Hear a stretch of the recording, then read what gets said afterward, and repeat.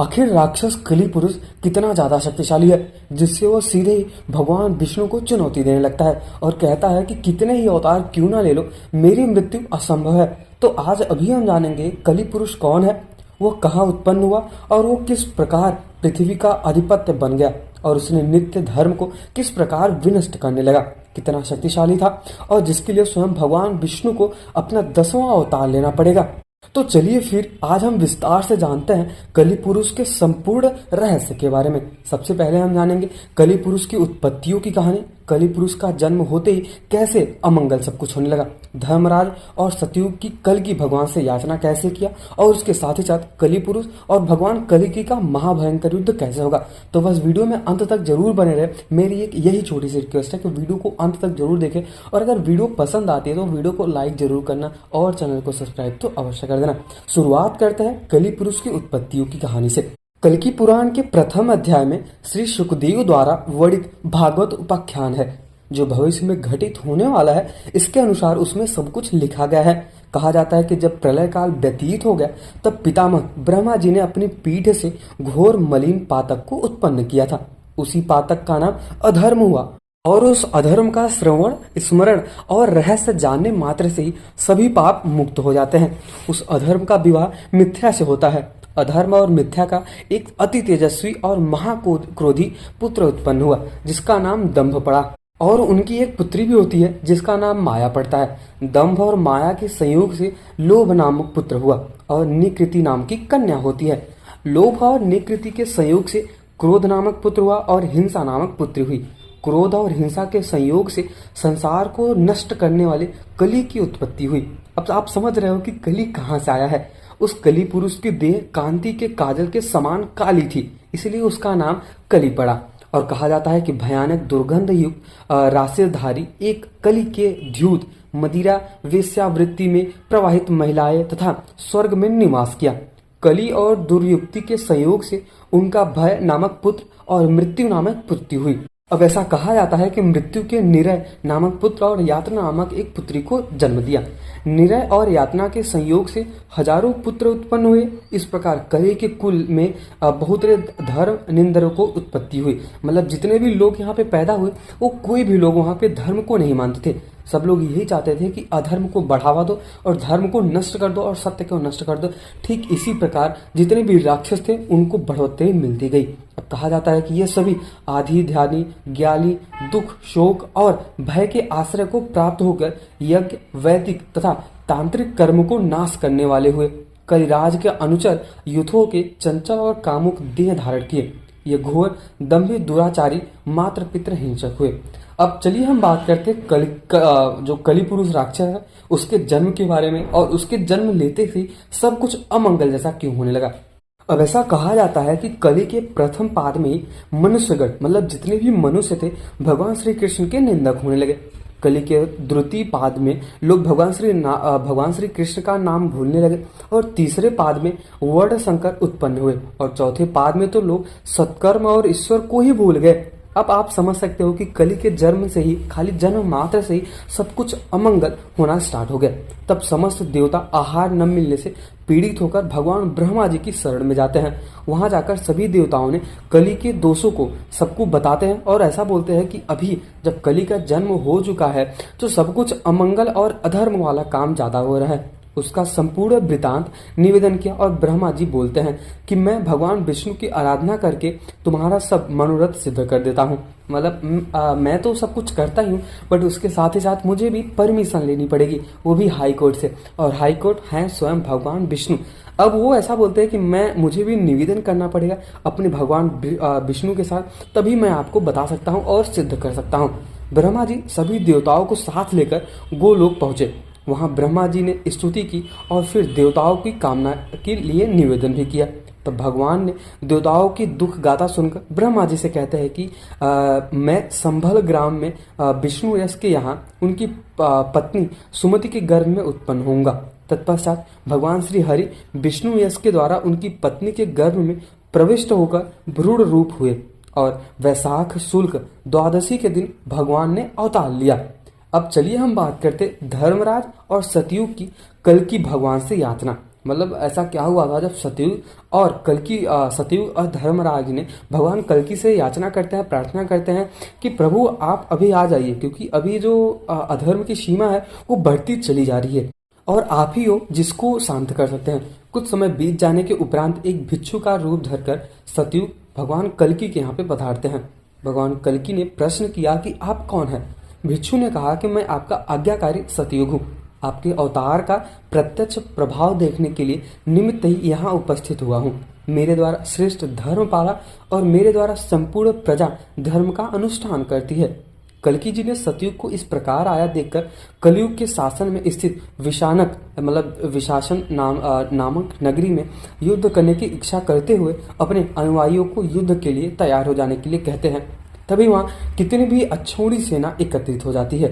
अब ऐसा कहा जाता है कि इतने में ही वहाँ धर्म का भी आगमन होता है और सब लोग वहाँ पे घबराए हुए थे। भगवान कल्कि धर्म से उनके आगमन का कारण पूछते हैं और धर्म यहाँ पे बोलते हैं कि प्रभु है, मैं ब्रह्म स्वरूप धर्म आपके वक्ष स्थल से उत्पन्न हुआ हूँ।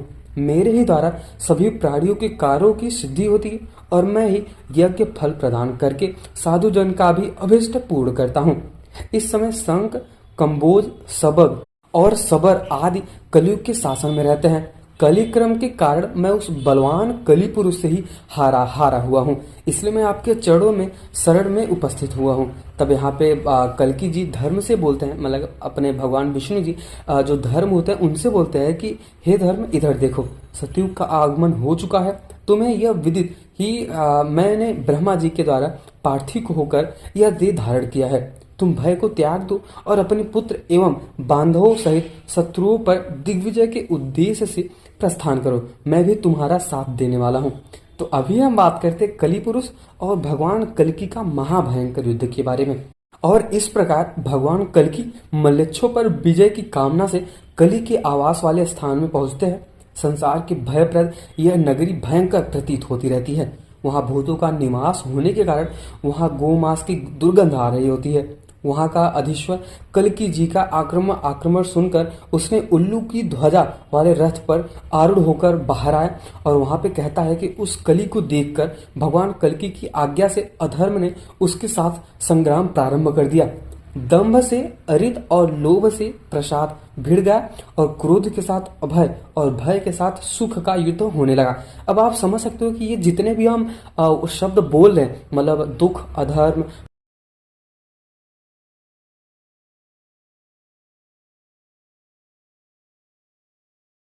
और उसके बाद क्रोध, अभय, क्षय, सब लोगों का यहाँ पे जो असत्य वाले योद्धा होते हैं, जो कली पुरुष के साथ होते हैं, राक्षस कली पुरुष के साथ, वो आपस में अभी यहाँ पे युद्ध करने लगते हैं। वहाँ अत्यंत घोर एवं दारुण संग्राम उपस्थित हो गया। कोक और बिकोक के साथ स्वयं भगवान कल्कि युद्ध में तत्पर होते हैं। मैंने पिछला एक वीडियो बनाया था जिसमें मैंने कोक और बिकोक का वर्णन किया था।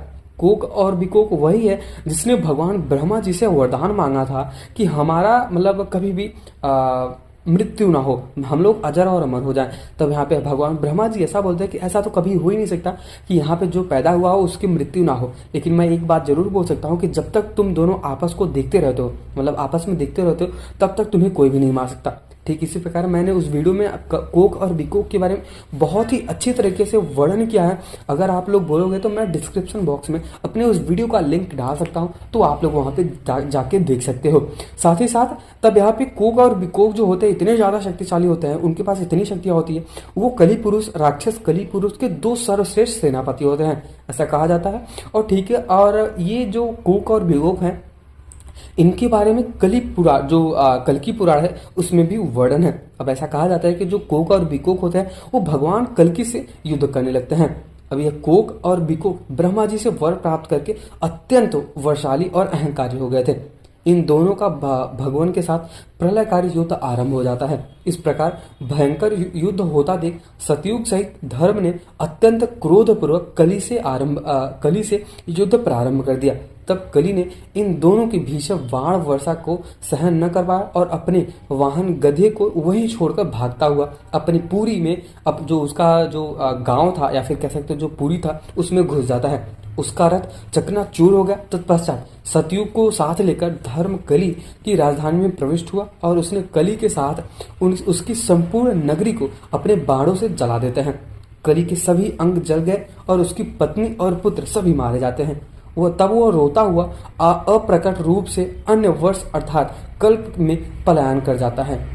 अब कल्कि पुराण में कुछ इस प्रकार बोला जाता है कि कली तो वहां से गायब हो गया, क्योंकि कली अभी पूरी तरह से विध्वंस हो चुका है और पूरी तरह से जल चुका है। लेकिन वहां से जब कली पुरुष गायब हो जाता है, कहा जाता है कि कल्कि भगवान का कोक और विकोक से युद्ध चलता ही रहता है। बड़ी कठिनाइयों के बाद अंततः भगवान कल्कि जी के हाथों वो दोनों मारे जाते हैं। इस प्रकार विजय को प्राप्त हुई कल्कि जी अपनी विशाल सेना सहित आगे बढ़े और भल्लाट नगर में होता है वहां पे पहुंच जाते हैं। परंतु कली पुरुष अगले युग में प्रस्थान कर चुका था। वो पूरी तरह से नष्ट नहीं हुआ था। उसका जो पूरा शरीर था, उसका जो पार्थिव शरीर था, वो जलकर कह सकते हैं भस्म ही हो गया था। लेकिन उसकी जो आत्मा है, वो आत्मा अभी भी चलती रहती है और वो किसी और युग में, किसी और जो कहा जाता है कि जो कलयुग है, जब कलयुग का जन्म होगा तो उस युग में वो आरंभ कर चुका होता है। यहाँ पे अभी किसी को पता नहीं होता। ठीक उसी प्रकार ऐसे ही जब वो कलयुग होता है, कलयुग में जैसे ही वो आएगा तो आप समझ सकते हो कि कितना भयानक हो सकता है।